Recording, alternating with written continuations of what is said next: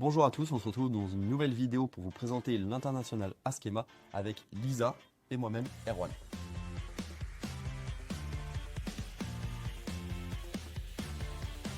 Donc on va parler de la 3e et 4e année en BBA. En 3e année, c'est votre année de mobilité. Donc vous êtes obligé de faire un an soit sur un campus schémien, soit dans une université partenaire.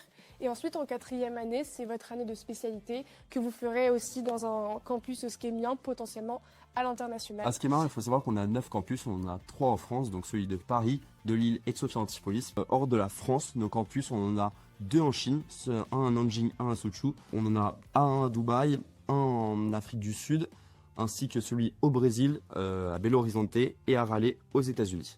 Au-delà de nos campus, qui sont le gros point fort de Schema, on a plus de 180 universités partenaires réparties dans le monde. Donc là, pareil, c'est sur classement, il faut donc avoir des bonnes notes ou être dans les meilleurs de sa promo pour atteindre ces universités partenaires. Comme l'a dit Lisa, pour la 4e année, c'est particulier, c'est-à-dire qu'en fonction de votre spécialité, vous irez sur un campus de Schema qui détient donc la spécialité de votre choix. Maintenant, on va vous laisser avec l'interview de Marie, une SDM qui est partie un semestre en Chine. Elle va vous en parler plus en détail.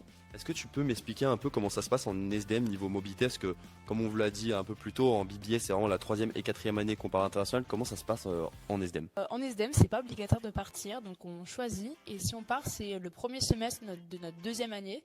Et donc il faut juste avoir un score de 750 au TOEIC. Et on peut choisir de partir ou à Raleigh, ou à Belo Horizonte, ou à Suzhou. Et sinon, Marie, qu'est-ce que tu as vraiment apprécié dans la ville qui est Suzhou ou dans tout simplement le pays qui est la Chine? Est-ce que tu as un peu d'expérience là-dessus? Alors à Suzhou, il y a plein de choses à faire et d'ailleurs c'est une très très belle ville. Et on appelle aussi Suzhou la Venise de Chine parce qu'il y a plein de canaux partout. Donc ça c'est super beau. J'ai pu beaucoup voyager en Chine, donc j'ai fait Pékin, Zhangjiajie, Chongqing, Guilin, des endroits vraiment qui étaient magnifiques.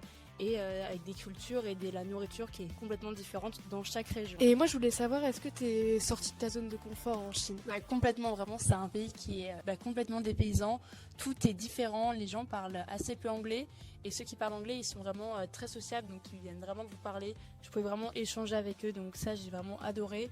Et en plus, sur les différents campus de Schema en Chine, il y a vraiment beaucoup d'internationaux, donc vraiment des personnes de partout. Donc en plus des Chinois, on peut vraiment découvrir plein de nationalités. Ok, donc là tu nous as parlé de l'anglais, mais est-ce que ça t'a réellement servi pour ton voyage en Chine? Complètement, parce que même si les personnes ne parlaient pas forcément tout anglais, tous mes cours étaient en anglais, donc vraiment j'ai appris un vocabulaire qui était très précis.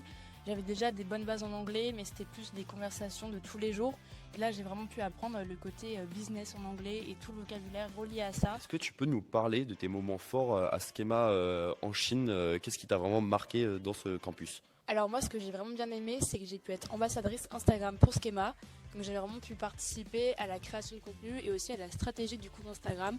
Et ça a été une expérience très professionnalisante. Et donc j'ai donc pu travailler avec l'administration de Schema et j'ai vraiment adoré ça. Et donc professionnellement et personnellement, qu'est-ce qu'elle t'a apporté cette expérience?